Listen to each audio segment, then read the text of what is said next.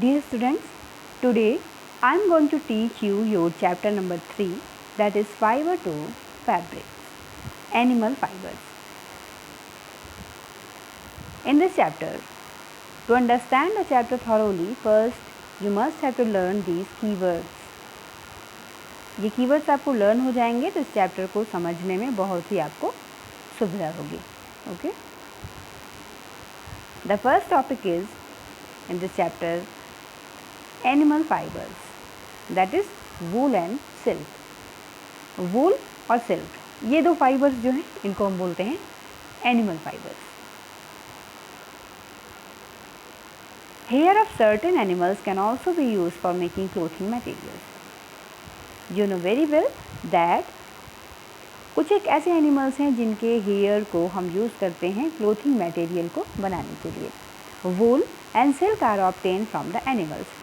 These are two fibers, that is wool and silk.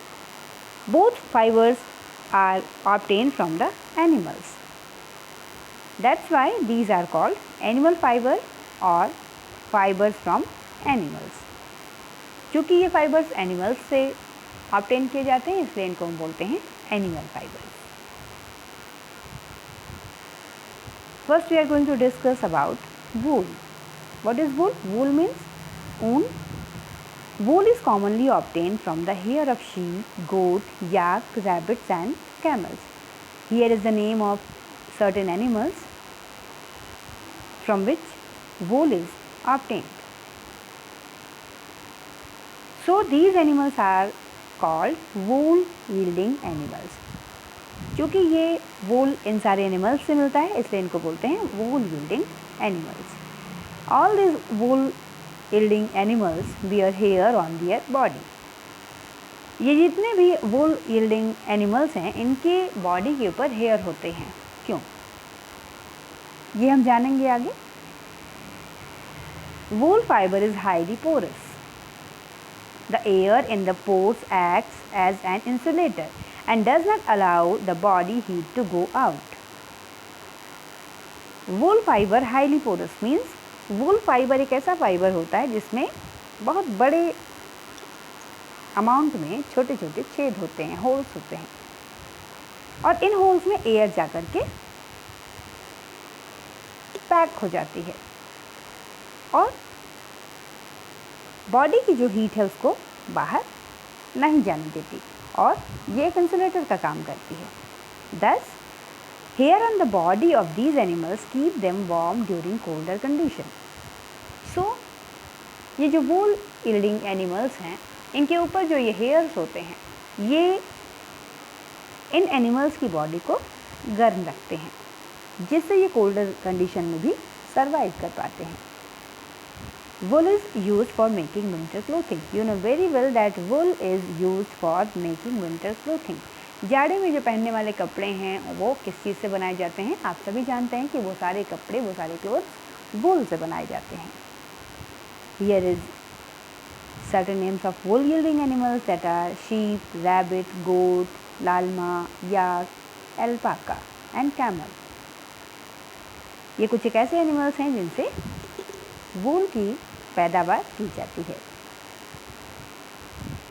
The quality of the wool depends on the breed of sheep. यानी wool की जो quality है वो इस पर depend करती है कि उस sheep की जो sheep पाली जा रही है उसकी क्या क्वालिटी है. The quality of wool is judged on the basis of thickness, length, shine, strength and color of the fiber. जो wool fiber हमें obtain होता है इन wool yielding animals से उनकी थिकनेस यानी मोटाई, लेंथ, शाइन, स्ट्रेंथ इन पर डिपेंडेंट होकर के ये डिसाइड किया जाता है कि वूल की क्वालिटी क्या है. Pashmina is a fine fluffy light and warm wool from Kashmir and near by Himalayan areas. Pashmina जो वूल है ये सबसे फाइन वैरायटी होती है वूल की और ये कहाँ पाई जाती है? कश्मीर में हिमालयन एरियाज़ के आसपास ये पाई जाती है. और किस चीज़ से मिलता है ये pashmina fibre? This is obtain from the Kashmiri goat. and in this box there are 6 important wool yielding animals. Breed of Indian sheeps, ये कुछ एक वेराइटीज़ हैं.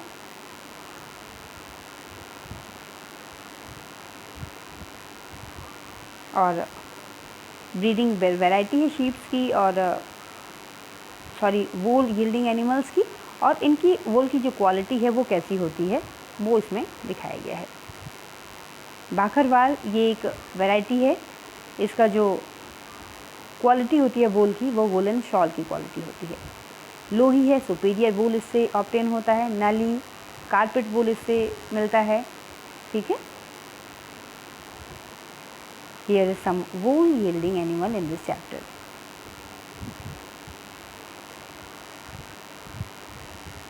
And now journey starts from fibres to wool. यानी फाइबर्स हमें मिल गया from wool yielding animal. फिर इससे वूल कैसे बना जाता है. Okay. In the following section, you will learn about the journey of wool from the rearing and breeding of the wool-yielding animals to the final finished wool. इस chapter में आगे मैं आपको बताऊंगी कि किस तरह से पूरा एक प्रोसीजर होता है, एक प्रोसेस होता है जिससे हमें वूल फाइबर से प्रोसेस्ड तरीके से किस तरह से हमें फिनिश्ड वूल मिलता है.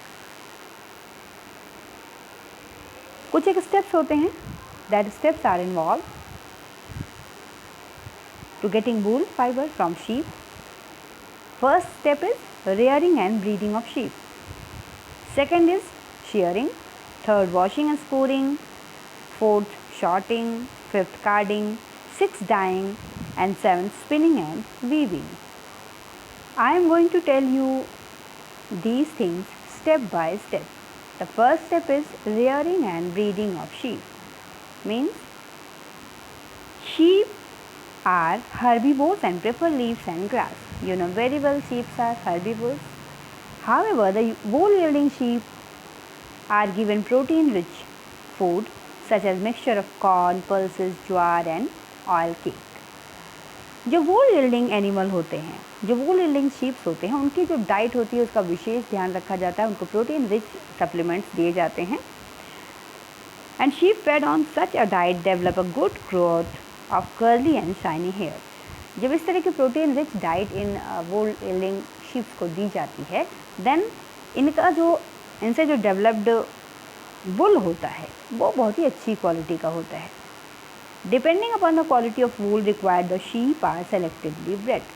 तो किस तरह की वूल रिक्वायर्ड है, किस तरह की वूल चाहिए, उसी टाइप की शीप को सिलेक्ट करके उसको पाला जाता है. Sheep are reared in many parts of our country for wool. Sheep की जो रियरिंग होती है वो हमारे कंट्री के डिफरेंट पार्ट्स में की जाती है. When the reared sheep develop a thick growth of hair, they are shaved off. और जब शीप के ऊपर एक थिक ग्रोथ हेयर की हो जाती है, देन उनको शेव ऑफ कर दिया जाता है, यानी उनको शेविंग करके उनको निकाल दिया जाता है. The second point is, you can say second step is shearing. What is this?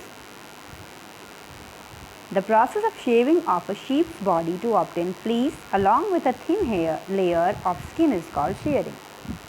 वो प्रोसेस जिसके ज़रिए शीप की बॉडी से फ्लीस के साथ पूरी एक थिन लेयर स्किन की निकाल ली जाती है, उसको बोलते हैं shearing. This is done with the help of hair cutting machines. कुछ एक हेयर कटिंग स्पेशलाइज्ड मशीन्स होती हैं, उनकी हेल्प से ये काम किया जाता है. Shearing is done only once in a year, generally in spring or early summer. Shearing कब होती है? ओवरऑल ईयर में ये सिर्फ एक बार होती है और इसका सीज़न है स्प्रिंग और early summer. After the shearing, the sheep is immediately dipped into an antiseptic to prevent any skin infection.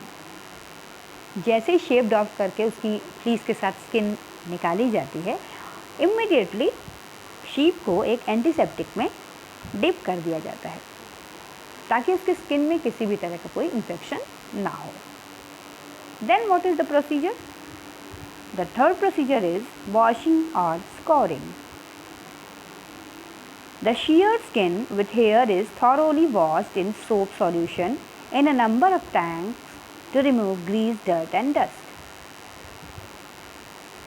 ये जो शेविंग करके जो स्किन निकाली गई, उसके बाद उसको थॉरोली वॉशिंग की जाती है सोप के साथ कई बार कई टैंक्स में, ताकि उसमें जो ग्रीस हैं, जो कुछ एक ऑयल के पार्टिकल्स हैं, डर्ट है, डस्ट है, जितनी भी धूल गंदगी ये सब जमा है उसमें, वो अच्छी तरह से नीट एंड क्लीन हो जाए। What is this process called? This process is known as scoring. Removing grease, dirt and dust from the hair is called scoring. After that, sorting comes. The dried hair of different texture are then sorted out. The small fluffy fibers called burrs are picked out and sent for reprocessing. जो अच्छी quality के hairs निकलते हैं उनको separate कर दिया जाता है, और जो स्मॉल फ्लफ़ी फाइबर्स निकलते हैं उनको भी सेपरेट करके रख लिया जाता है, और जो बर्स होते हैं, घुंघराले किस्म के जो निकलते हैं हेयर, उनको पिक्ड आउट करके रीप्रोसेस के लिए भेज दिया जाता है। इस प्रोसीजर को बोलते हैं sorting. The next is carding. What is carding? The process by which selected curly wool fibers are straightened by passing through rollers is called carding. ये जो बर्स पिक्ड आउट किए गए सॉर्टिंग में, इनको बिल्कुल स्ट्रेट किया जाता है रोलर्स के थ्रू। इस प्रोसीजर को बोलते हैं कार्डिंग।